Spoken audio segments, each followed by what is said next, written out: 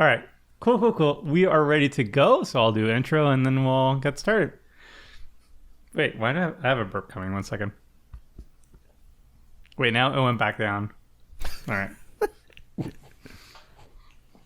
I'm sorry. All I do is burp my child. This is hilarious to me.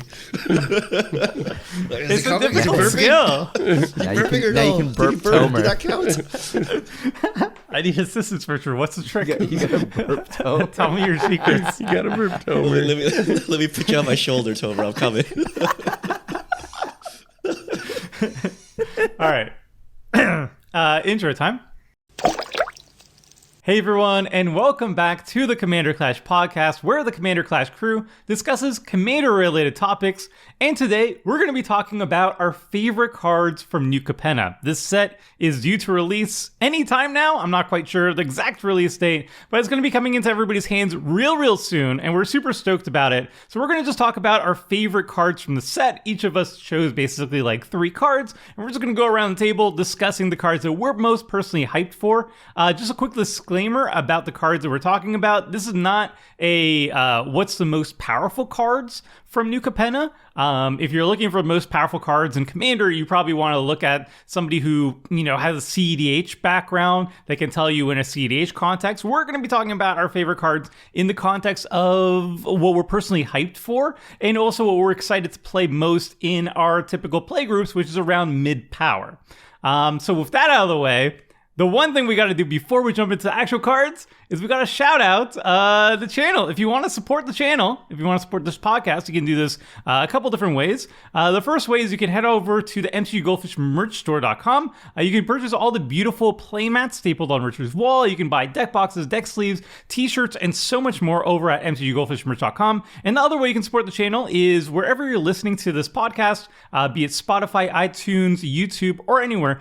Be sure to like and follow and subscribe, or whatever the equivalent is on those platforms. It really helps the podcast grow. All right, with that all out of the way, let's jump into the list. Seth, kick it off. What is the card that you are hyped to play with? Oh, I love this card. This is one of my favorite cards Wizards has made in a long time. It's so simple and so perfect, and that is Bootleggers Stash. 6 mana artifact. It's green, and all it says is lands you control have tap to make a treasure token. So when you first look at this card, you're like, okay, whatever. Like, my land's already tapped for mana. What good is tapping it to make a treasure token? But then when you really start to think about this card, it does so many cool things. Like, it's an upwelling, so you can store up your mana, throw like a Seedborn Muse into the mix, and you're untapping your lands. Everyone's untap step. You're making treasures. You're like quadrupling your mana every single turn. It works with so many things. I know people are hyped about this like infinite combo with Time Sieve, where you can take all the turns. That's actually, when I was thinking about this card, that didn't even cross my mind. I'm hyped about it for other reasons. Like, the treasure tokens make perfect sacrifice fodder for something like Corvold. It works so well in any sort of token deck, like Chatterfang. Whenever you make a token, you also get a squirrel. So now you tap your lands to make treasures, and you're also getting squirrels. Adrix and Niv, it works in sacrifice decks. It works in artifact decks. So I just love all the cool little synergies that this card has. Like, and it's one really simple line of text. And you'll see as we talk about these cards today, so many of the cool cards these days are like multiple paragraphs. Like, you got to read a book to get to the end of the card. They managed to do it with this mythic with one sentence, one very simple sentence, and it makes for such an awesome card. I agree with that. I agree that it's very simple. And honestly, it sounds actually pretty sweet in what it does. I don't know. I saw the feedback on it and people were like, oh my God, this is such a color break. And also green didn't need this. And it's way too powerful, blah, blah, blah, blah. And that kind of like the feedback kind of turned me off on this card. I'm like, this card's fine. Like, it's a very green focused card. I don't think it's busted in any way. It's cool. And it's like, yeah, is it busted in Corvold? Yes, but that's not, the problem isn't this card. The problem is the commander. So I think I think it's cool. I was kind of down on it because of the feedback and everybody was just complaining about it. But I think it's really cool. I like the artwork and I like the simplicity. Yeah, I was actually really down on this card because it's miserable. But But other than that, it's great. What makes it miserable? It's just infinite turns combo or something? No. Like, I mean, whatever. Infinite turns, whatever. That happens all the time. That just happens. I mean, you already know why. It's doing green things that I dislike. But like that's fine. Like, I think it's a fine card. I don't think it's like. I think it's powerful. It's very powerful. It cements that I'm going to kill you as a green player first. But like it existing means I will continue to kill green players first. But do I think it's like busted? Do I think it's going to get banned? No, not like, I mean, I don't think it should yet.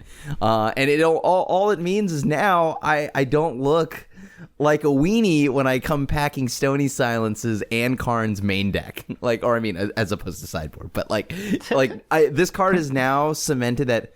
We did a podcast a while back, right, with, planeswalkers that we should play, and I said Karn was one of them.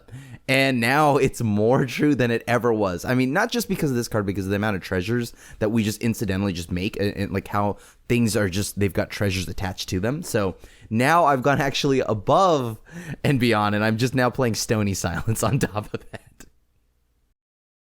I mean, I think this card's fine. Like, if you play it fairly, it's horrendous. Like, if your plan is to play it and then untap and make treasures as ramp, like, I guess it fixes your non-mana producing lands and colors. So, your coffers will actually make a treasure that makes mana. But like Seth said, you need to actually abuse it with Corvold or something, and then it's a really good card. But I wouldn't jam this in a random green deck and call it a day. I think it actually does absolutely nothing if you do that. The notion that you pay 6 mana, untap with all your lands, bank 10 treasures, untap again, and then use 20 treasures in one shot is like quite far-fetched, right? But slap this down with a Corvold, go to town, okay, right? I get it, right? Or a time sim combo, very strong, right? But just random, it's 6 mana. You could, you have to get more than 6 mana's worth to make this positive, right? Yeah. Did Dockside just continue to get better? By the way. Oh yeah, the Dockside counter. Treasures always get better. It's just Dockside just keeps getting better. That's like just like a topic for another day. The amount of treasures that this set pumped out, it's there's almost I'm starting to feel treasure fatigue. But like in terms of the card itself, I think it's very very fair if you're using it fairly. Like, you need to find ways to make it busted, and I think that's a good spot for a card. Like, yes, if you put cards together, they should become busted. If a card is by itself busted, I think that's more of a problem. Like, this is obviously not like a Dockside. If you want to question, why is this green? That is a fair question. Why is green making treasure tokens? Should this be a red card or something? It's tied to lands. And I mean, like, Prosperous Innkeeper, like, it seems like everyone makes treasures now. Green's like, making, just like, I think treasure. every color gets to equally make treasures, it feels like. Actually, I feel like the color that's worst at making treasures is probably blue. The funny thing is, it would be more powerful, I think, if it was non-green, actually, because green needs this much less than other colors. Like, if it was white, I could see it being like, okay, I get my, like, Anointed Processions going, and I build my own weird, like, mana-doubling ramp spell or something, but in green, you already ramp so much that it's played fairly, it's like especially bad in green decks because you just don't need a bad ramp spell in a green deck. But I think it is a sweet synergy piece. That's how I look at it. Yeah. I wouldn't just jam it in any deck, but in the right deck, I think this can be like one of the best cards in your deck if you're the right archetype for it. If it was red or blue, I think it would be really scary, like much more scary. Like, imagine being blue and then you pair this with Urza or something and you just tap your treasures. Like, red and blue are the artifact colors, and you're making artifacts. So like, imagine if Prosper got its hand on it. Like, I wonder if that's part of Wizards' thinking, is like green is the worst color at taking advantage of random artifact synergies. So maybe that's part of why it was green, was to keep it from being too powerful. Yeah. And like, if you wanted to just double your mana, you just run Mana Reflection. I haven't seen that card in years, but like, that would be probably a better more effective way of making mana. But like, if you're pairing this with like Seedborn Muse and stuff, that gets spicy. Like, just imagine just making treasure tokens on each opponent's turn, and then you have a bajillion treasures on your turn. I mean, did you really need this card if you haven't how good Seedborn is? Yeah, but like, yeah, that's why I Seedborn think is probably the card that is a woo. But I think that's why I think this card's like totally fine. Like the uproar for it didn't really feel justified. Like, is it weird that Green's making treasures? Maybe, but I'm not gonna make an angry tweet about it. The color pie's I don't dead. think We've the already color pie determined argument. the color pie died years ago, Tomer. We're past that. we're in the land of Toskies. It's fine. All right. So that was fairly one of the ones we had to talk about, honestly, right off the bat because of the uproar. But now we're gonna move to the realm of Grixis, the non-green territory. Maestros, right? Maestro. Sorry, yes. What Maestro do you have? I'll lead us in with the Maestro, right? The one that I know that the day this card got spoiled, I got tagged a lot for I don't know what y'all think of me, but like, thank you. Like, it's Lord Xandar the Collector. If you haven't heard about the card by now, Lord Xandar, when it enters the battlefield, target opponent discards half the cards in their hand, rounded down. When it attacks defending player, mills half their library, rounded down. And when he dies, target opponent sacrifices half of the non-land permanents they control, rounded down. So, I think this card, initially when it got spoiled, everyone was like, oh, this has to die first at the table. But I believe it or not, I think this card is sweet. Because you can then lock some, like, say, hey, you can make deals, right? Hey, I'll keep this person in check if you, like, I think you can politic your way into letting yourself not die first. And, of course, there's all the things that you would normally build into this deck before it. Because I fully expect when you play this card, you acknowledge that you're probably always high on the priority list. So you have to play Sweeper Tribal. And you have to be ready to interact. So this is like the perfect control commander for me, because I feel like this is exactly what I want. This is perfect. I'm gonna die first anyways. I'm gonna, as I've said before, if I'm gonna die first anyways, I may as well have a fur coat while I do it. Oh, I don't want to rain on Crim's parade because I know he loves this card, but I honestly think this card's just like actively bad in Commander. Like I think it's I think it's like interesting for a Crib style player, and I can see why Crib loves it. But is it good? I feel like this card, I feel like it's bad. It only hits one player. It rounds the wrong direction. Like, I feel like you just reveal this and everyone tries to kill you, and then if you resolve it, it slightly annoys someone, and that person tries to kill you even harder, and that's just how your game goes. You take it. Well, the thing here is, I'm hoping to counter and sweep. And then the person that's the farthest ahead, you kind of just continuously target them, right? With every ability on this. And then I think with the control playstyle, this is exactly, I love just one win condition, right? Like this is the win condition, right? It's not even a win card. It's a 6/6. It's a 6. Well, okay, but it's a 6/6 that you can easily build around, right? It's I think such a Crim card. It's double opposition agent power. It'll 6/6 kill you. is a lot for Crim. It's annoying enough that you must have retaliation against. Yeah. Like, is it good? No, I think it's not okay. I think it's not awful. I think it's perfect in it's probably better in the 99, but I like it as a commander because I want to just continuously annoy people with this card. It is like playing Golos without the Golos power to back anything up. It's in the command zone. Everyone sees it, and they're gonna target you because you're well, you can choose anyone when it comes down. I don't want to lose half my hand. But when it comes down, it doesn't actually defend you or help you in any way. So you just get murdered. I mean, they lose half their non-land permanents. So 99 is perfect. You sneak it in, no one expects it coming, and then you get someone, and then you troll them into oblivion, right? So I like it in 99 as a funny card. What's more troll than letting him see the pain that's about to happen? You can, here it is. Here is my commander. It'll never happen though, because you have 3 people you need to control, and they're all trying to get the Maestro himself, Lord Xandar. You kidding me? You could do that. You could totally do it. I think it's totally doable. I mean, of course.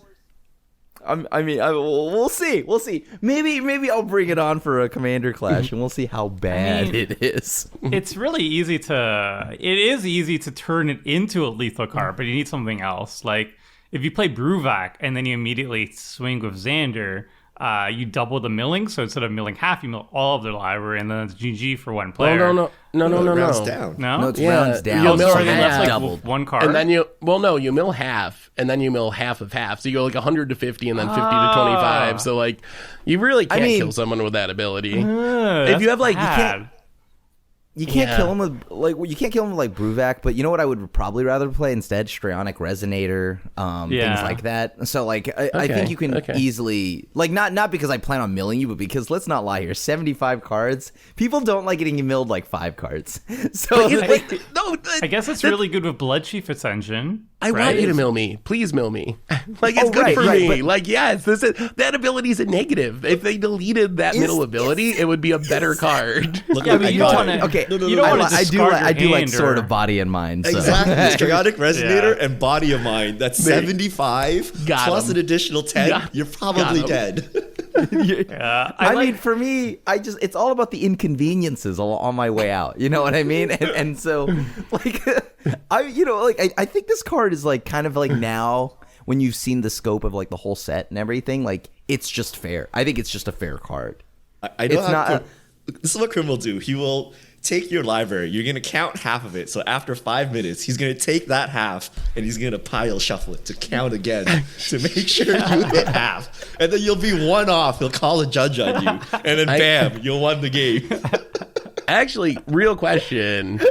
If you play this against someone, do you just let them eyeball it? Are you actually going to make them count their entire library? They better. I'm gonna make them count. If you're playing Lord Xander, you're the type of person who's going to make them count, right? I'm here to collect, dude. It's not Lord Xander the kind of collecting, I guess. So that's It's sending the a message. collector. You ask for the oracle of every card that hits the graveyard. Can I get oracle for that card? I just want to play does all that my work? outs. How many types do you have in your? I'm going to ask questions that don't even apply to me. You know what? Can you keep your graveyard in order? Just curious. What kind of This oil do you use?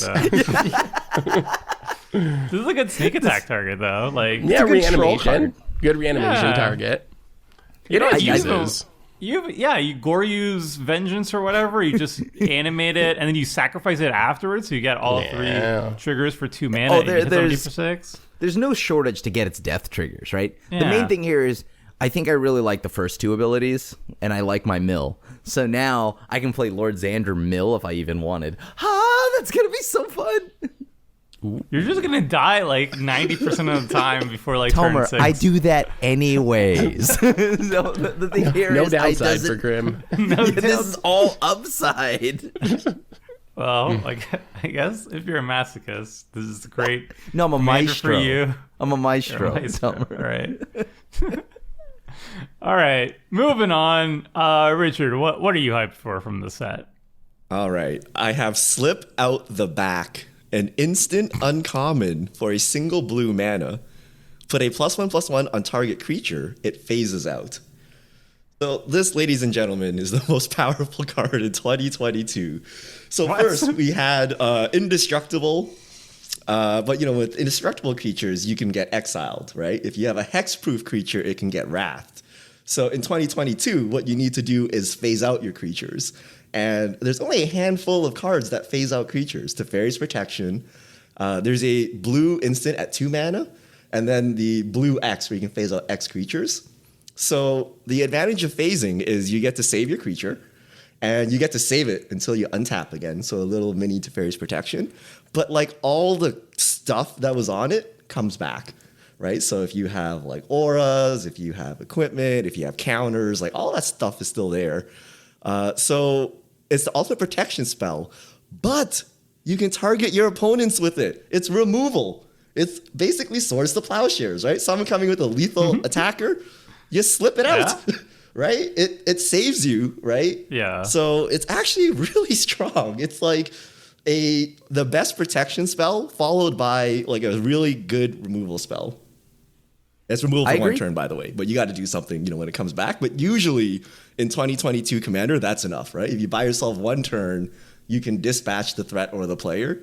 So I actually think this is supremely strong and severely. No one talked about this card ever, so it's totally underrated. I think this card is very good in 60 card formats, and I think this is also very good in Commander equally.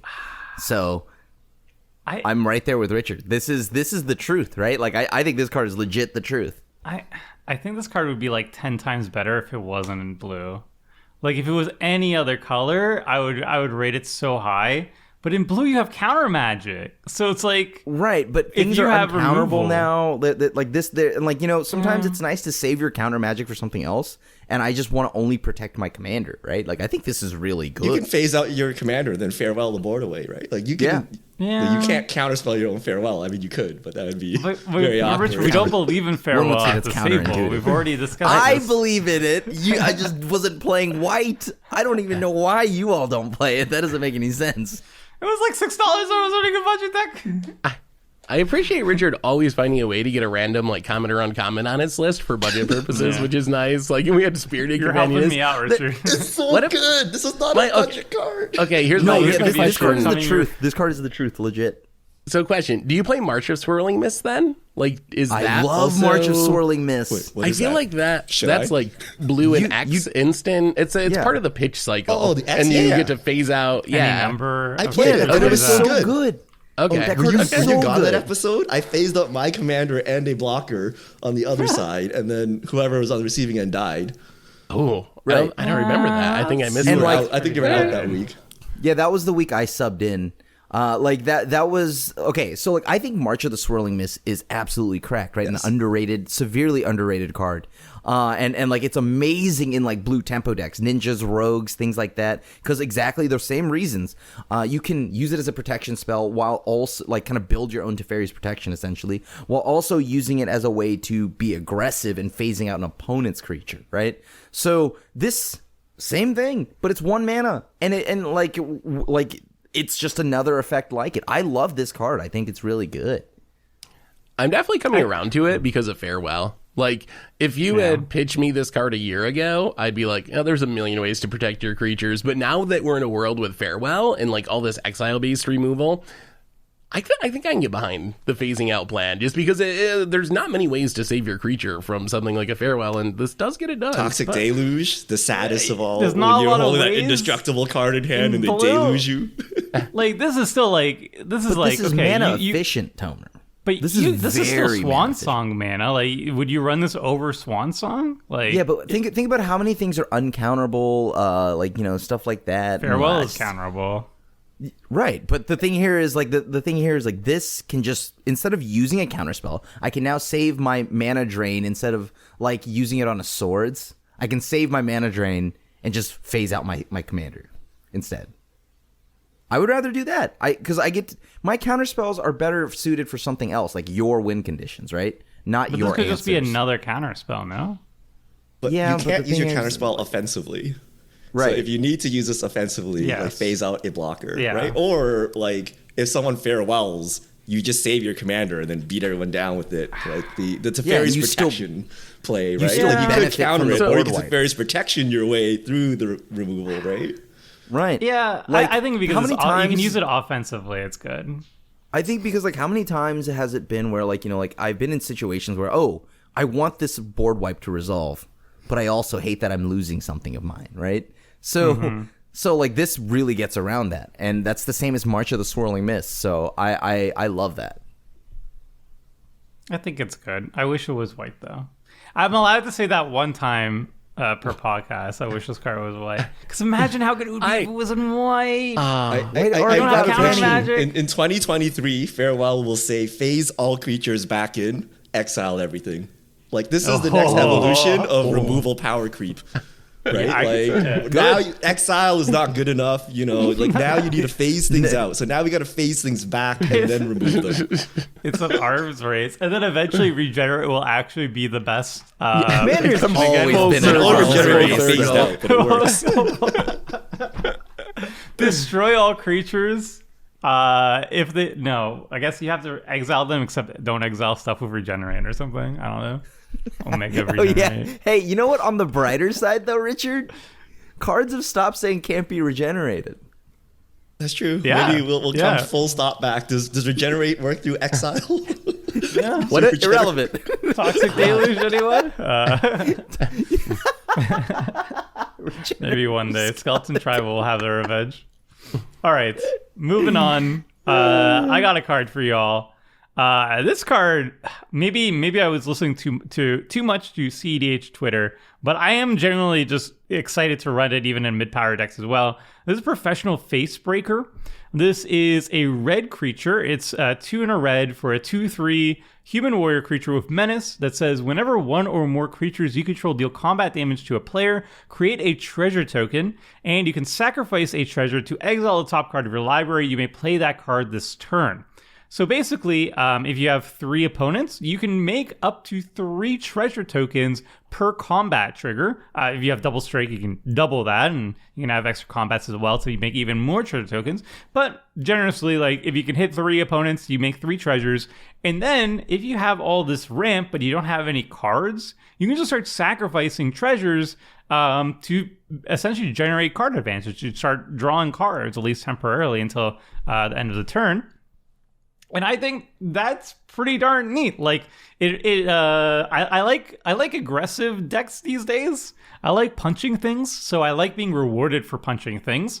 Generating mana and drawing cards are the 2 ways I like doing it. And coincidentally, this card does both. It generates mana, and if you don't need the mana, well, you draw cards. This card's very powerful. It's very powerful. It's going to be like stupid good and prosper. I know it has CDH potential, but like I think just playing it fairly, it's not too busted in some decks. Question mark, but I think I think it's like borderline too busted, even in mid-power tables. Like this card's like, it's upset. There's no restriction. I do not understand how Wizards decides what they put once per turn on. Like there'll be these really tame cards that don't seem to do anything, and it'll be this once per turn restriction. But the fact that you can just like dockside, make 20 treasures, sack them all to draw, 15 cards to find a blink effect to like do it again, and like, isn't this just draw your deck? Like it seems so easy with the powerful treasure production of like Smothering Tithe and Dockside and Pitiless Splendor and Stormkiln Artist. Like there's so many ways that this is just like absurd. It's just this card's like over the top. I don't even really care about the making treasure part. That's like the bonus part. The part that I think is just broken is the card draw part. Seems so easy to abuse. It's like better Ragavan. Right? Like you Don't hit you 3 disrespect people, you Ragavan. make 3 treasures, you get cards off your library, not your garbage opponent's library, right? And this is dumb. We will be talking about why this card needs to be banned soon, right? Like they're like, oh, why ban Dockside? We'll just add more friends, right? Now we can guarantee you end the game when you Dockside, right? Just play this, sack your 10 treasures, draw 10 cards, Underworld Breach, whatever, keep going, right? Bring it back. Like game is over. Good job, right? So card's dumb. I don't know why they made it. That's ridiculous. It's a bit good. I think they're going in the other direction. They're just like doubling down on it. They're like, okay, whatever. Dockside let's do more of it. I don't know. I think what happened is they came up with treasures and people liked it and R&D liked it. Everybody liked treasures. And then like 3 teams, they were all working on different sets all together for like 2022. And all of them were like, you know what we like? Treasures from last year. Let's do that. And they all did that simultaneously. And then they all cross-checked their work and they're like, oops-a-daisy, there's a bit too much treasures now. Oh well, ship it. It does make sense though. Like all the treasures on the plane of Capenna, it makes sense. Yeah. Right. Like so if there is a plane, it's got to be here or an Ixalan. Right. It's one of those 2 where there's just nothing but a surplus of like everything just makes a treasure. And Dungeons and Dragons because you're going for loot. Yeah. But the problem is it makes sense. It always can make sense on most planes, right? You can figure out a plane that here specifically an Ixalan, like those really do make sense. Like it is flavorful, right? So yeah. Whatever. I don't mind the excess of treasures. I do mind that like Professional Facebreaker is another one of those cards where we've already had enough Dockside, right? Like please. Yeah, that's why I was gonna. The problem isn't for Professional Facebreaker. That is really powerful, but I think the problem is like Smothering Tides and Docksides, like these insane token, like treasure token generation effects. Like, like that's the issue. Like this is kind of the symptom, I think, rather than the actual problem. We'll say maybe this gets Dockside banned. I think that's like a legitimate thing that could happen. They're even in the same colors. Like, if you're playing Dockside, why wouldn't you play this in your We deck? need to reprint Dockside and sell them for a lot of money first. Yeah. And then we can ban them. Oh, so after Commander Legends 2, you're saying? So give it a couple months. Secret Lair Dockside edition. You get 1 deck side and you get 3 treasure tokens. I mean, if you sell it for $30, please. if you sell that for $30, it's cheaper than what $30? it goes for. Are you kidding me? It would be at least 50. Come on. I mean, Those I don't know. are I foil. just treat it like the Bitter Blossom one, right? What was the Bitter Blossom one? 30, 40? So Yeah, but now they know how much you can pay for it. All right. Cool. Treasure's fun. Seth, one of my favorite cards. What is it? Next up, we have Halo Fountain, a white mythic rare. It's 3 mana, 2 and a white. It's an artifact. It's got a lot of tax. You can pay a white, tap it, and untap a tapped creature you control to make a 1/1 green or white citizen creature token. You can pay 2 and tap it, and untap 2 creatures you control to draw a card, and then you can pay 5 white mana and tap it, and untap 15 creatures you control, and your reward is straight up winning the game. So I love alt-win cons. Like, that's the foundation of Against Odds, trying to win with these alt-win cons. And one thing that most alt-win cons have is this delay until your upkeep. You have to do the thing, and then you got to survive to your upkeep somehow. This doesn't have that. If you can get 15 creatures that are tapped and have 5 mana and activate this, you just win right away. There's no waiting. And this actually seems like a pretty easy mode to achieve in Commander. There's plenty of ways to tap your creatures without attacking. You obviously can just like swing with a whole bunch of creatures, but you have vehicles. The crew cost is a great way to tap down your creatures. There's stuff like Cryptolith rights that lets your creatures tap for mana if you happen to be in green. So getting your creatures tapped in a deck built around this does not seem very difficult at all. And then getting 15 creatures, we've seen even in just new Capenna, like rabble rousing, token doubling effects. It seems kind of secondary to get 15 creatures on the battlefield. If you make enough mana, you can do a 1 card like Secure the Waste or something. So to me, this just seems like the easiest alt-win con that we've seen in quite a while. Plus, it draws card like 2 mana to draw some cards and give your creatures pseudo vigilance. That's fine. 1 mana to make a token and build towards your 15 creatures. That's also fine. So even before you get to the win the game mode, both of those other modes, while maybe not super efficient, are still something that I would use in a Commander deck. So I'm really hyped about this in pretty much any token style deck. And if you really want to go in and build around it, then you can have this be like your hidden win con Commander almost. And I think it'll be pretty easy to pull off. I mean, you have Avenger of Zendikar, things like that, where people like, or maybe even something as simple as the Sazat's Will, right? You exile and you just make a bunch of 0/1 thralls. Yeah. No one expects anything of the army of 0/1s, right? And then it's just like, aha, fountain of like Halo or whatever. Y'all overestimating how easy this is. Remember, you had to make 15 tokens, so that probably required 2 or 3 combo pieces. And then let me read this right. 6 white mana, 2 colorless to activate. So, like, yes, it is a cool alternate win con, but it is definitely not that easy. And, you know, if you're getting Avenger Zendikar, you have a thing called Crater Hoof Behemoth, does the same thing. That's much not more cool. versatile. Not it is nearly as cool. But this is like, to me, is Mech style. Titan Core winning levels, right? Like, yes, it's like a whole deck build around me, and it's very difficult, and you can do it. But I wouldn't call it an easy alt-win con. I think it's easier though than like something like whatever the Dark Steel artifact thing is, and like whatever Simic Ascendancy. I think it's like probably a little bit easier than that. I mean, you need one token doubling effect and then an X spell that makes tokens, and you can do this pretty quickly. Like, it doesn't seem that hard. You got Anointed Procession, you got a ton of token doubling effects. It doesn't seem It's a that 4-piece difficult. combo, okay. So But it's cards you want in your deck anyway. You're playing Doubling Season because it's good in your deck, and then this just happens to also work with Halo Fountain. So this is my favorite card in the entire set. This is my favorite card in the entire set. In the standard set. There's a commander. There's a commander card. We're gonna be covering the commander precon cards, the new commander precon cards, next week's podcast. But we're just covering standard right now, just as a disclaimer. And this is my favorite card of the entire set. I love it so much. I share like Seth's love of like alternate win conditions. Like Against the Odds are one of my favorite series to watch because of that. Like I just love like seeing him pop off of like triskaidekaphobia and stuff like that. Those are always really cool. You lose the game and you win the game. So I'm super pumped about this for that reason. And I've already like drafted a deck concept for running it, and I'm super excited. I'm hoping I pick a white commander for when we do Commander Clash on New Capenna, because this will be like my hidden win condition. Well, I guess not so secret win condition now, but you know what I'm going to go for, and I'm super stoked. I have like a really cool idea that I don't want to disclaim, but there's some spice. There's some spice on how to achieve it a little bit easier, and whoa, I'm excited. I'm excited. It's a really cool card. It's just cool. It's just like a really cool card. And again, when I say easy, I'm comparing it to like the other older art win cons that are, I think, way more difficult than this. 15 creatures ain't nothing compared to, well, except for Felidar Guardian, but still. That's a one-card combo, Richard. This is a bomb in Citizen Tribal, though.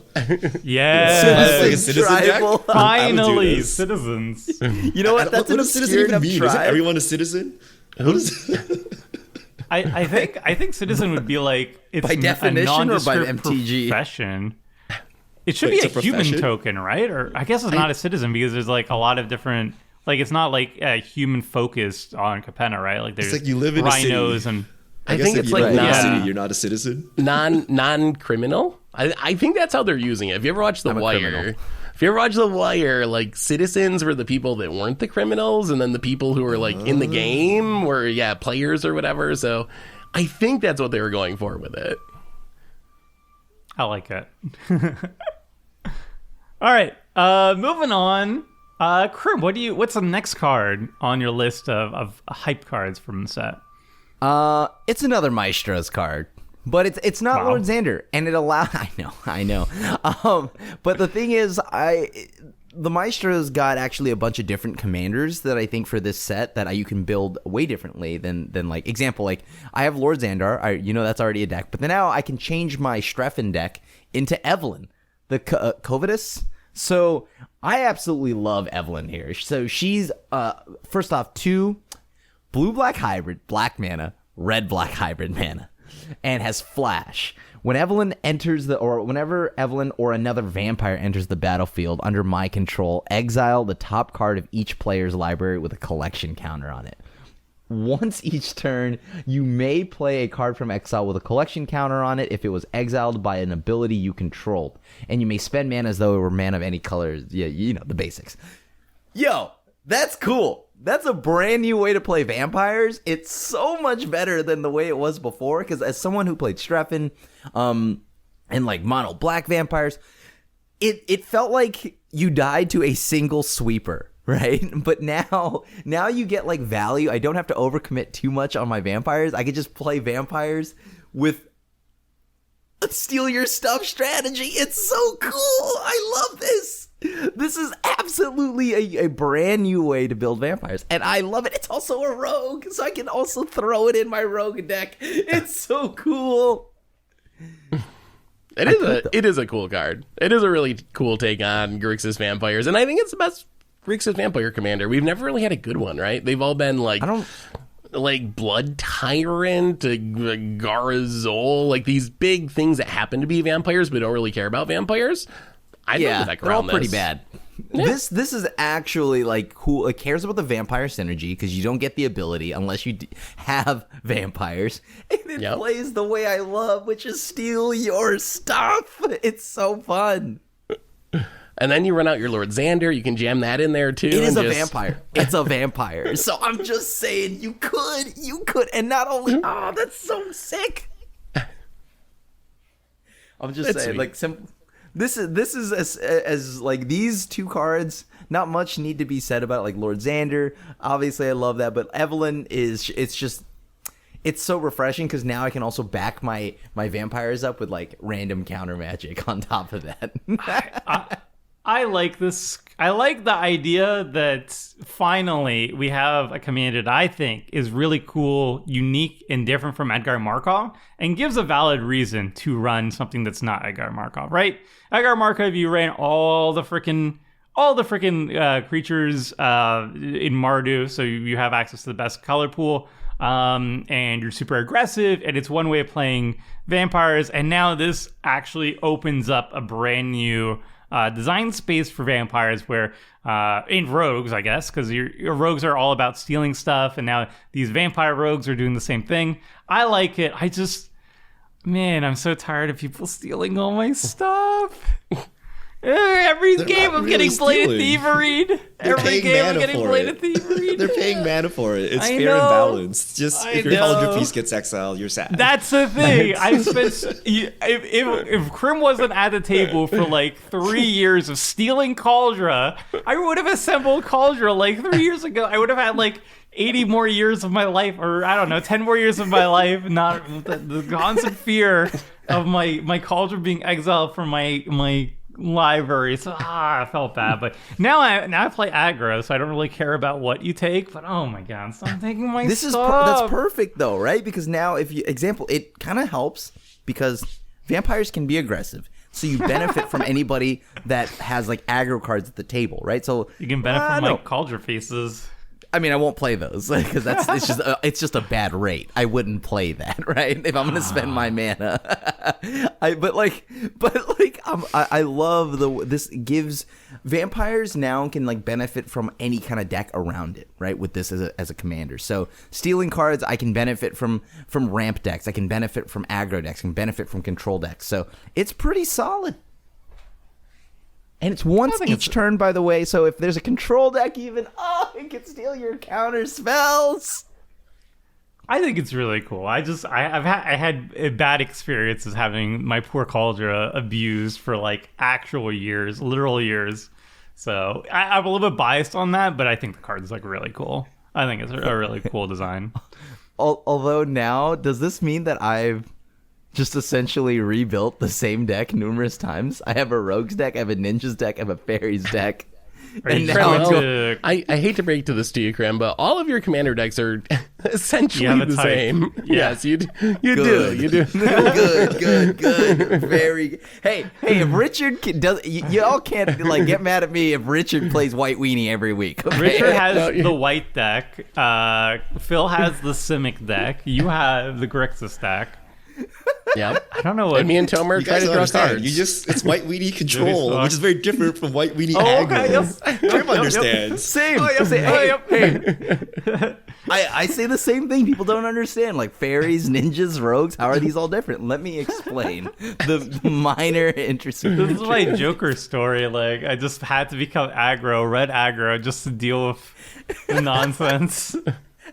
Nonsense. All right. That is a sweet card. We'll move on though. Richard, what do you got for us? All right. Speaking of White Weenie, we have Rigo, Streetwise Mentor. So 3 mana value, hybrid green-white, and then hybrid Azorius. So Bant colors 2/2 legendary creature cat citizen. Rigo enters with a shield counter on it. And that's like Divine Shield from Hearthstone. So any damage knocks off the shield. It's indestructible until then, and then it can die as normal. But whenever you attack a player or planeswalker with 1 or more creatures with power 1 or less, draw a card. So if you attack 3 different players, you draw 3 cards. If you attack 3 players and a Karn or something, you draw 4 cards. And this is the ultimate White Weenie card. Like, all your stupid utility creatures are 1 power. So your Esper Sentinel is now drawing cards off of Rigo on top of its ability. And it's Bant, which is the perfect color for birds. Guess who has a lot of 1/1s that fly? Fledgling Osprey draws the card when it attacks. What do you want? So many Weenie decks. It's Toski. That in the command zone. So this is because of Bird Tribal. That's what you're saying. You love it because of Bird Tribal? Bird Tribal and just all your stupid White Weenie creatures. Like your tutors, your Sky Scanner suddenly increased in price again. You know, like just everything works with this. Right? You blink your creatures for value. You attack. You draw them with Rigo. And Rigo freaking has Divine Shield for some reason. Can't even get rid of him. Right? You know what this is, Richard, though? This is literally just Edric for white players. It is. It's It literally is, just you Edric. know how good Edric is. But does Edric's Edric very come good. with a shield counter? I mean, Richard, I'm starting to think that like I don't know why I hadn't done this sooner. Your deck is always X1s. Why don't I just play Curse of Death's Hold? Oh, if you do that, That would get Richard I'm good. so sad. I'm so sad because And you he can't wouldn't even phase have out to farewell dodge to the get rid Curse of of it. Death's Hold. that he would be telling us to run more farewells. Yes. And then I'll just wait for someone to farewell me. I really wish you could play this card in mono white decks, though. That's the only thing I dislike. Like, What do the you mean you colors are a can? little tough, right? Like, that kind of limits it. I feel like this effect could be mono white, and it would be like a mono white ultra staple in the 99, but in Bant, like, you gotta be Bant tokens or birds, I guess, something like that, but I feel like Play that makes it a Avenger lot harder to Zendikar play. and then draw So- 8,000 cards if you haven't won already, right? Like, Yeah, No, okay, no, it's okay. only you can only draw one per player, right? so you can can draw- draw. So you can draw 3 a turn. Yeah. If they have Which if is you're why playing it can't be against white. Crim Super Friends deck, Yeah, but that's why it can't be white, is because white's not allowed to draw more than one card a turn. I'm not even memeing. That's like their card design philosophy. So this is Toski. This is Toski, but with more colors in your command zone. Not as indestructible, good as but the Toski, Divine Shield is basically the But same. like when don't know I if play it's with Toski Edric, I'm level. attacking like with 5 things. I draw 5 cards. This one will only draw you up to 3 each time. Yes, and you also don't need a hit. You can just suicide You don't your guys into to draw as well. Yeah, and it comes with built-in protection, which is really nice. So It is a and you sweet- get it access is to sweet. white. This card's really good. Yeah, I think it's this pretty card's nice, too. powerful. It's pretty powerful for sure. It's also a cat citizen, whatever that means. It's a cat in a suit. It's a catastrophe, is what it is. Ah. I didn't have any. That was bad. I'm sorry. Yeah, I'm terrified now because Richard's gonna bring out Bird Tribal and we're going to just get destroyed. It's Bird Tribal time. with Toski in the command zone. That's insane. Start playing Curse Yep. of Death's Hold. You know, Yeah. I'm curious to see what the stats is on this season. How much less black is played? Because I think I single-handedly played the most black cards out of all I of never us. play black, so yeah, I don't know. Yeah, I don't play much either. It's my inner. It's because of my inner hot topic. Sorry, I just love black. Your forever goth phase. Yeah, my forever goth phase. All right, moving on. We got my pick. Oh, my pick. This card. So I don't play that much black, but when I do, I like to Jund them out. And this card, Riveters Ascendancy, is kind of my style of Jund. This is an enchantment, part of a cycle. It's black, red, and green. And it says whenever you sacrifice a creature, you may return target creature card with lesser mana value from your graveyard to the battlefield tapped. Do this only once each turn. So my favorite style of Jund is basically sneak attack decks, which is all what the Riveters do. That's like their blitz mechanic is all about, playing putting a creature into battlefield for a discounted price. It has haste, and then you sacrifice it at end of turn, I think, or end of combat, whichever of the two. So with Riveters Ascendancy on the battlefield, once per turn, whenever you sacrifice a creature, you get to reanimate for free. It has a condition of it has to be a little bit lesser mana value.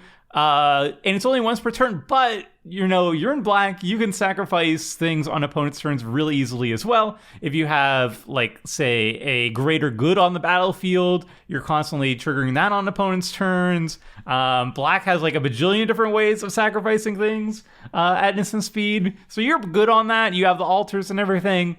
So you can be reanimating a bunch of different creatures per turn cycle, and you're also incentivized in using sneak attack abilities because those work really well too, because they'll sacrifice themselves at the end step. So I think this is a really good value for 3 mana. Yeah. I mean, it's worded to keep it from, like, easily comboing off, which I think is probably a good thing, or it would be super broken. But especially in Commander, when you have 3 opponents, if you can sack during each of their turns, It's a really nice little value card. It's just like this a very grindy value graveyard engine.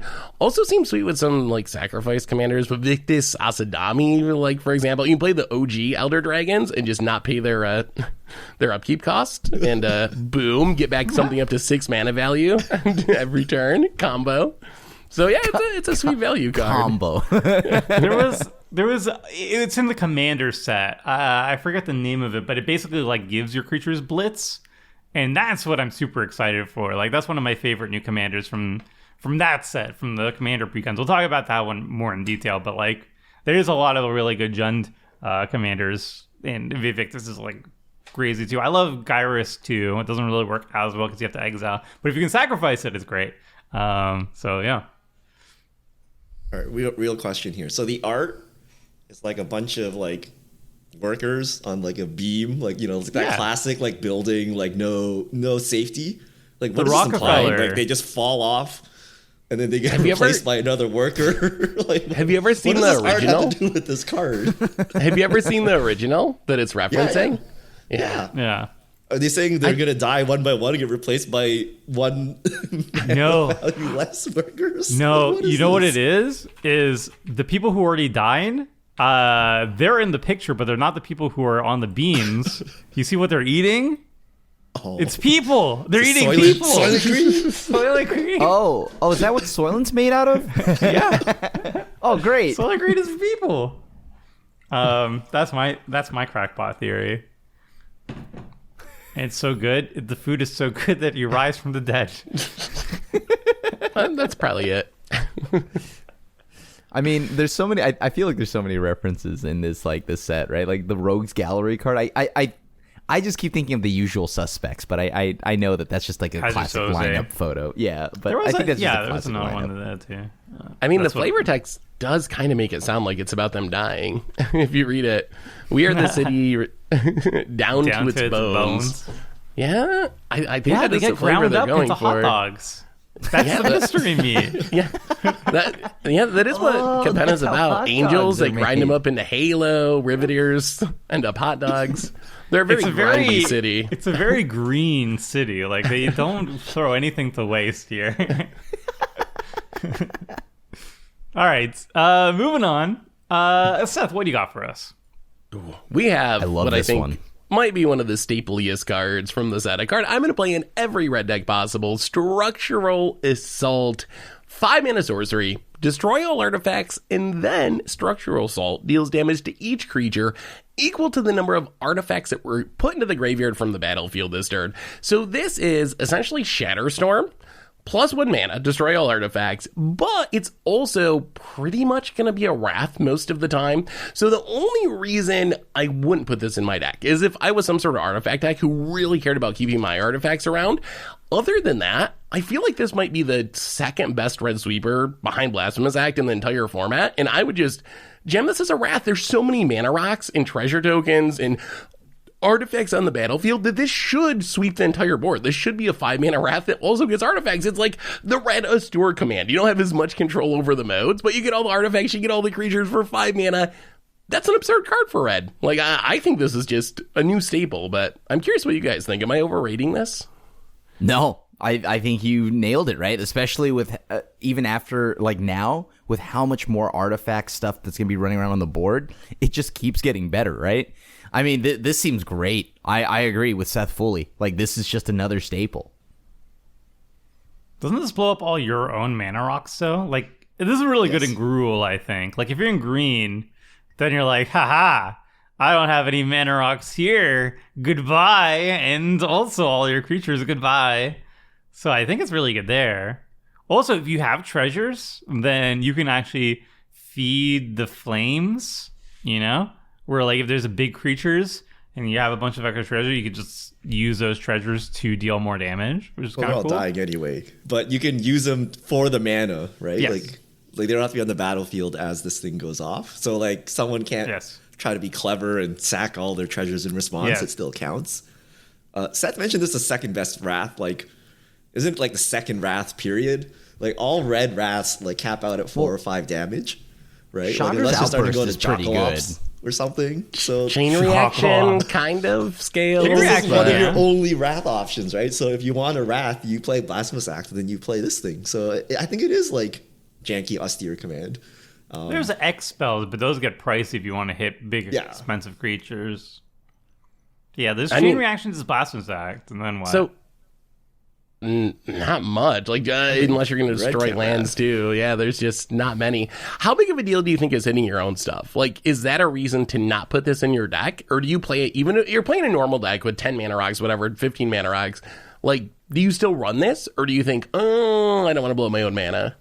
Oh, you don't play. Oh, you Mana still Rocks. run it. I mean, look, I maybe you're talking to the one person that doesn't get too attached to anything in Commander because but like, why wouldn't you run it, right? Like, you need a sweeper, and oftentimes, this is a good big red button, right, to press in case things are going awry.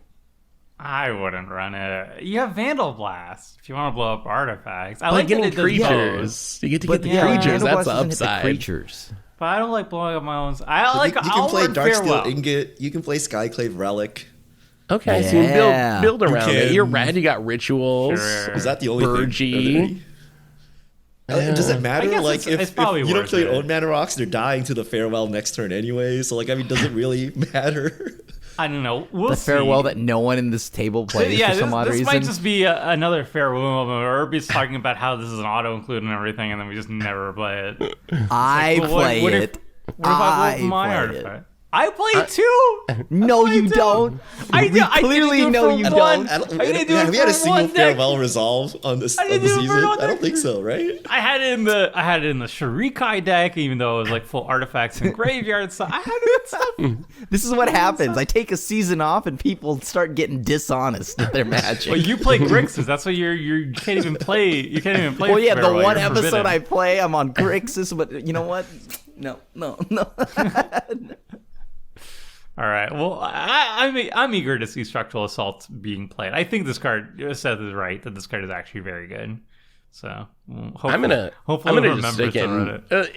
in the immediate term. I'm just gonna throw it in every red deck and see what happens. And Besides- maybe I change my mind and I blow up my mana rocks too Card's much. the But that's truth. where I'm at to start. Is just If like this throw is it in not everyone. the first sweeper, it's actually horrendous, right? Like, let's say someone snapped off an austere command 2 turns ago, and then people plop down their biggies, and then you're like, well, this does absolutely so cold nothing.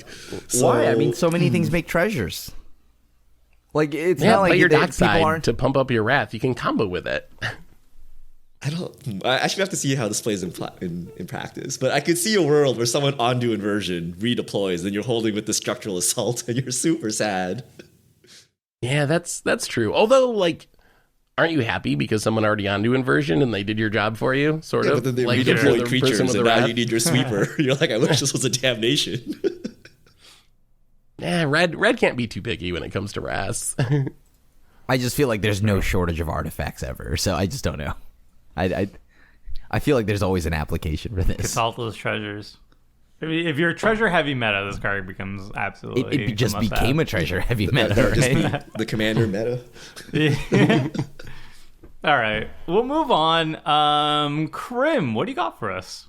Okay, so I feel like if I only like put Maestro cards, it would be a little too, creamy. So I had to change it up a little bit, really venture out of my wheelhouse. So I added a Miser colorless card.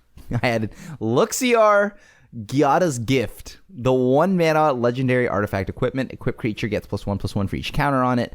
And yes, I know I don't play that many creatures, but equipped permanent isn't a planeswalker and is a creature in addition to its other types. Equipped to a planeswalker for 1, equipped normally for 3. Okay, so I think this card is the truth for numerous reasons. One, every deck has Urza Saga, so you can get it with Urza Saga. Second off, now all of my planeswalker decks, the problem I've had with planeswalkers in Commander is that people like to punch them immediately, right? In 3 player, like you got 3 other players, now they can't punch it. And we all know that now it's like, well, now I'm actually making sure this is a removal check. I'm going to check the table for how much removal you have, because it seems like planeswalkers were very easy to remove just by attacking it. This turns it into a creature. This allows me to also do some funny, wonky stuff, right? I mean, Seth and I had talked about this the other day, but if I have like 5 mana Kaya can target herself with her +1, and that's just a never-ending party, and I get some spirits along the way. So I don't know. I think this is really a really cool card to add to like some of my, like example, my Amanatu deck, because now I can actually deal commander damage. I love this card. card. Oh, it's so sweet. It's got to be I think it's the sweetest card in the set. Like, the design is so cool, and it's really good. You can do janky fun shenanigans. You can do competitive things like combo off with it. It's just like, it's such a cool design. It makes me now wonder, like, do I play the Ozolith in my like Super Friends deck? Right, like, but like it allows me to enable a bunch of shenanigans, but I think this doesn't need anything else. I think that's the main thing. It doesn't need anything else to go with it. I could just make my Bolas hit you for like 9 because he starts with so many so many counters, right? Yeah. So this is just a sweet way of getting around like a combat heavy table. You fall behind, board state's a little too wide, you don't have a sweeper, but you still want to play these planeswalkers. Now you can. All right. And it's a blocker. As a representative of the Timmies, you guys forget that you can equip creatures with this. Oh, wow. So Hydra Tribal, it basically doubles the power of everything, right? Like a Clonian Hydra attacks for what, 4, 8, 16 on the first combat. Endless one, the multicolored protection serpent thing, walking ballista. Like, you can just suit up your +1/+1 creatures and double their power and go to town. So not only can you equip your planeswalkers, you can equip creatures, and it's only 3 mana to equip. It's not like that outrageous, right? It's like 4 mana, double power. So, but 2 mana, and you start attacking with your planeswalkers, Richard. That's why it's here. 4 mana, you get a 2 mana, you get a Gideon. Essentially, Yo, that now way dies better than a deeply, Gideon. but- Way better than a Gideon. Gideon is indestructible for his turn. Come on. Yeah, I mean, fair, but let's be honest here. It's fine. No one's playing removal.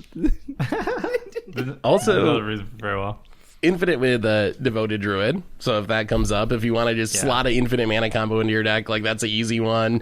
Tutorable by Urza Saga, which is like super huge. That's why I think you can play it in a lot of different decks. And I want to play it with Venser and Ozolith. I think that sounds so sweet. Venser can like blink itself, and you just store up 5 loyalty counters each turn that you can move around to whatever Yeah. planeswalkers you want. my Like, God. you just start do so alting many cool immediately, things. right? You can just start alting immediately. Yes. That's so cool. Break it.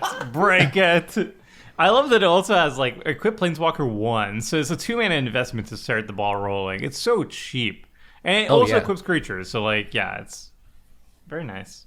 It's such a clean design This too. is probably my favorite card from the set. So Look how low the word count is for such a cool ability too. I miss those days. I played a Mirror Box Planeswalker deck recently, and the idea of the deck, because Mirror Box, you want to have multiples of the same Planeswalker, so the idea was to be able to clone the Planeswalkers. So to do that, you got to turn them into creatures first, and I had to go through great lengths of like getting a liquid metal coating to turn the Planeswalker into an artifact, so then Karn could turn it into a creature, and then I could finally clone it. So I was going through this like 10-step process, and then this just does it for 1 mana by itself. It's just like put it on it as a creature, and you go to town. So it's so much easier than all the past ways of doing what it does. oh my god, now you can Helm of the Host. Oh, that's so Helm of the Host on a Planeswalker is so sweet. There's just so many cool things it does. Think of all the 3 fairies. Oh my god. Had to pick 3 fairy out of all the Planeswalkers to pick. I want to see like a Nicol Bolas. Oh yeah, swagging. Nicol Bolas, 3 fairies, like just oh my god, the Narsets. I want to see someone with a single Oko and a single Luxior, and like that's it. that was their hand, and they win the game by just elking up and like beating down with like 10-10 Okos. Literally, how do you lose? You tick up so high, the Oko would get so. What does he start at? He starts at like 5, 4. right? He starts at 4, but he has a +2 and a +1. Yeah, Right, he so goes he's to 6 immediately a at 3 6/6? mana. Yeah, and then you can't even attack him now because he's Luxiored up. Right? So, And if you play anything bigger than him, he just elks it and like punches it in the face. Like, oh my god! Oh my god! I need to see that now. That's so good.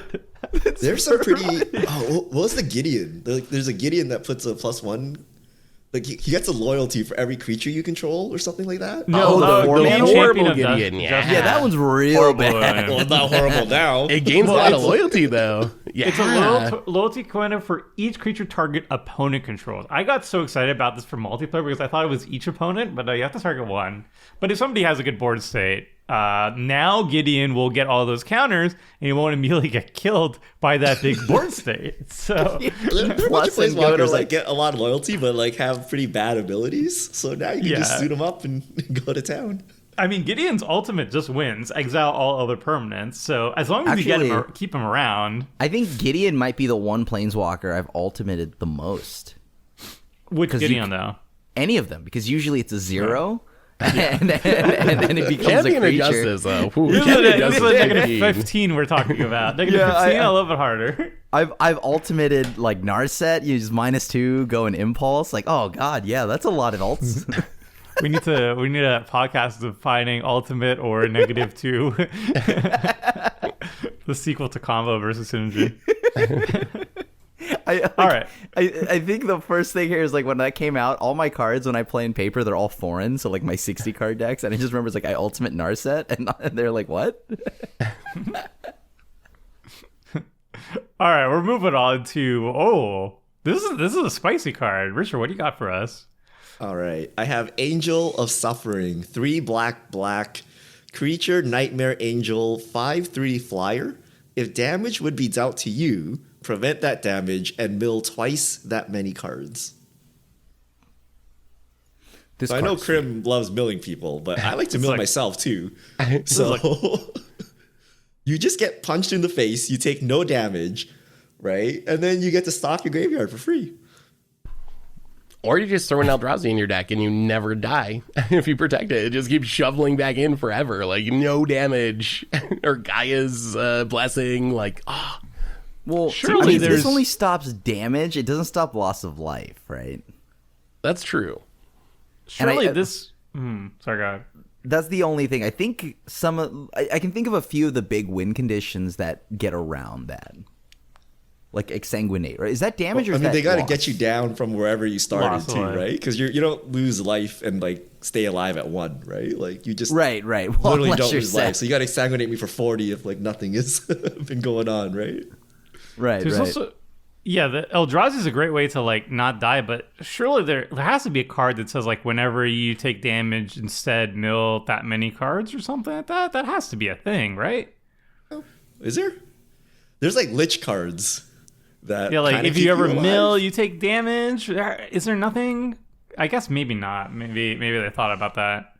I know like Blood Chief Ascension makes you lose life, an opponent lose life whenever they put a card into the library, but that wouldn't work. But this could be like an interesting way to just like mill yourself. You can do all the Darien shenanigans, right? Ancient Tomb, Yeah. whatever that land is that deals 3 damage to you. You can just self-mill your way to victory, or you can just be really annoying and not die. Yo, Yeah. does Castle deal damage? Is it pay life or is it deal damage? What is Castle? I'm going to have to Castle, look. Lock Twain. I think it's lost life. Castle Lockwayne. I believe it is You damage. lose life. Oh, You lose life. You lose life. You know the best card with this is Volcano Helion. I love Volcano Helion. It's just like so unique. Volcano Helion has Echo X, where X is your life total, but when it enters the battlefield, it deals any amount of damage to you and your choice of a target creature. So you can play Volcano Helion and hit yourself for 1,000,000. And if you have that Eldrazi in your deck, you'll just shuffle your entire library in like hundreds of thousands of times, and then you throw in like a Zircon Rat or something else that triggers off things shuffling or going to the graveyard and just like win full-on combo kills, which I think is I can't wait to do that. It's just like such a weird janky way to win the game. what if you get stifled? Surgical then- extraction. Yeah. Death. Stifle. I mean, overcharged Malcolm's the truth, dude. That actually, okay, that's slight tangent, but do you think like stifle effects, should we start running those in Commander? Like I feel like they might look be at good enough. Like what about like a Shadow of Doubt or something, right? Yo, I mean, But then aren't you just there's the hating 3 on mana lands? counter spells that counter and stifle. I think you can play those. But Yeah. a straight up Yeah, stifle, like disallow. Just like Kind There's of like straight up sad. Stifle. No? Disallow, Overcharged Amalgam. These cards are pretty good. Tails End. What about Tails End. Tails End? Tails End. Tails is End's very not bad good because it hits Commander. legends, so you can also get commanders. So I think the Tails End's probably pretty good. I'd rather just play Any Dissolve. legendary But what are you stifling though? Like, why do we want stifles? If it's very just to mess funny. with people's lands, I feel like that's you might as well just play Sinkhole or something.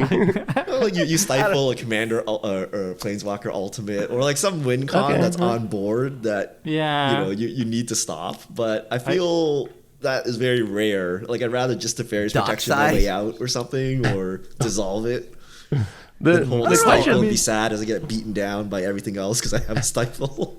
Yeah, maybe it's too narrow. But Tails End, I feel like I just keep forgetting to run it, and I should. or It's some disallow. CS. Disallow's pretty good too. 3 mana is kind of a lot, but ones that I'm can just counter starting to- anything or stifle are good. I'm just trying to think like abilities are getting like a little too saucy, right? And too many things are getting uncounterable and all of that. So like these effects like disallow and I guess maybe not Tails End. Oh, wait, that stifles also. So yeah, like and then of course Overcharged Amalgam. I think like maybe now I can just like catch the back end of an ability, right? Like a Thoracle ability. The only like the hard part is like so many times when you think about it, it comes down to like why wouldn't you just counter the spell? Like when you go to Dockside or something, it's like, oh, like I can stifle its trigger, but then everyone's like, well, why didn't you just counter it on the stack if you're going to stifle it anyway and keep it off the battlefield? Because it's BM. Flex. It's BM. It's the flex. The message. Send the message. I mean, there's an argument for. Oh, we're totally off tangent, right? But like, it's something that comes down and kills you, but it targets an opponent. So you can let it come down and let them kill someone else, and if they try to kill you, you stifle it. But you don't counter it because you want to see it come down, like something like that, where I can you see need that. more information later, right? Yeah. I just That makes like sense. just imagine like But you're like somebody Lord greater Xander. goods. Yeah. Just You stifle could You it. get a like- target Tomer? Sure. Yeah. But if he then targets you for something, you're like stifled. Okay, get out of here. Yeah. Yeah, Okay. I mean it works, right? I love that. Sure, I like sure. that. And That's a good it's idea. the worst case scenario. You do get to just get someone's land, and it's pretty funny. I need to learn Tails End. All right. Noted. But back on topic. Last card. Last card on the list from the standard set. And I'm going to be ending it with a card that I'm super excited finally got printed. Finally, we have a commander that I think is pretty darn good for Angel Tribal, which is one of the most popular tribes in the entire game. So I'm kind of shocked it took this long. But here we are. We have Giada, Font of Hope. This is a 2-mana, 2/2 legendary creature, Angel. Flying and Vigilance. Each other angel you control enters the battlefield with an additional +1/+1 counter on it for each angel you already control. So if you have Yada on the battlefield, you play an angel, that creature is going to get at least 2 counters. For each creature you control. I think it's worded so you so get you one. only get You get one. one. It's Yeah. weird It wording. doesn't Yeah. count itself. It doesn't count itself when it enters the battlefield, so Yeah. each other one. So you have Giada on the battlefield, you play another angel, that angel will enter the battlefield with a +1/+1 counter. You play another one, and you have 2 on the battlefield, it will come with 2 counters on it, and so on. So at the very least, it's getting 1 extra. And then you can tap it, add 1 white, spend this mana only to cast an angel spell. So the problem with Angel Tribal for the most of the time is your options for Angel Tribal as a leader. It's usually mono white, and it's usually a big angel that is like a 5-drop, a 6-drop. And the problem with that is that your angels are all like 5 to 6 drops. They're a very like top heavy tribe. So you need something that fits like the smaller slots, and Giada fits that. She's always going to be coming out on turn 2, and then she ramps into your angels, and then also she's pumping them up a little bit, adding counters, so you can maybe even add a +1/+1 counter sub-theme to it. But I don't actually care about Angel Tribal. I mean, I'm happy for them, but I want this for Tribal. Because what's better than putting a counter on an angel once per turn when you can just flood the board with changelings that cost like 2 mana or 1 mana, and you get a bunch of counters. Oh boy, this is a blessing for Tribal. I'm happy for you, Angel Tribal people, but Tribal, that's where it's really at. I mean, this Yeah, I is think like this a card's great sweet. angel commander, right? Like, is this the best mono white angel commander? The other, what's the competition? Lyra, probably. You get Lyra. 5 mana Lord. Lyra, Avacyn. Avacyn's so yeah. much mana though. Yeah. Like, Yeah. I think I I like don't know, I mean- this over Consistent. all of them. The only problem I have with it is that I feel like now angels are multicolored, and it feels kind of bad losing out on like all the multicolored ones, right? Like you have a Sigarda, you have all the Boros ones.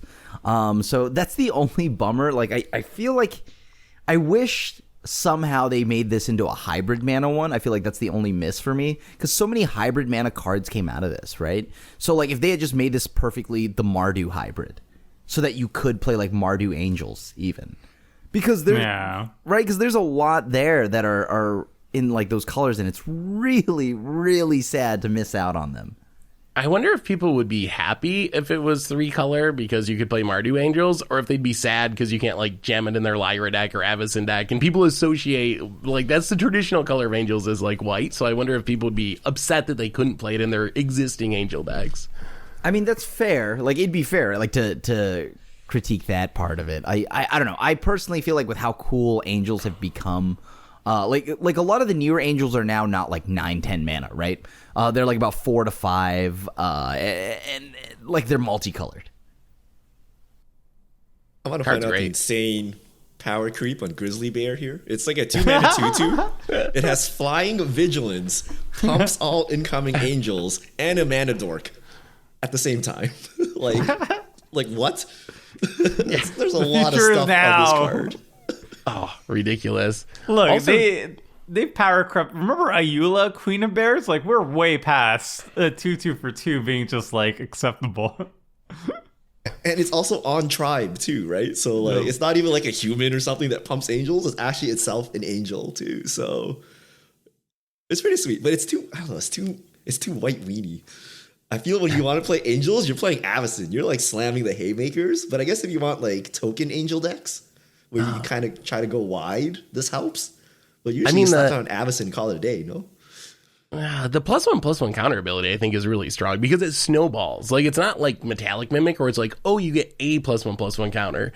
You're getting one for each angel. So every angel you play, it's like eventually you're going to be needing 3 counters, 4 counters, 5 counters. So I actually think this adds like a lot of power to the battlefield in an angel deck, like way more than it looks even. I guess you're right, though, that it's not.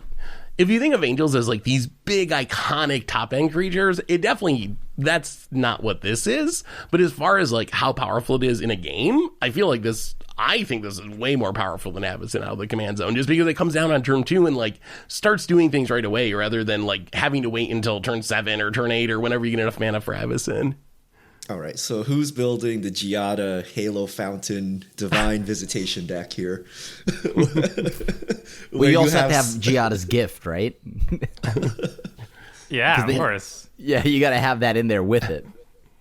I mean, I'm down for the challenge. I thought Richard would be like super stoked for this though. Like, it's Angel Tribals isn't like super busted or anything, so it's pretty jank. It's I don't know, mono but white. it's You too can't play mainstream Toski. for Richard. I mainstream. can't play all my Toski. weenie Too creatures, Tomer. mainstream. You can't Richard's play like Tossing. hipster mono white player. Fine, I'll do it.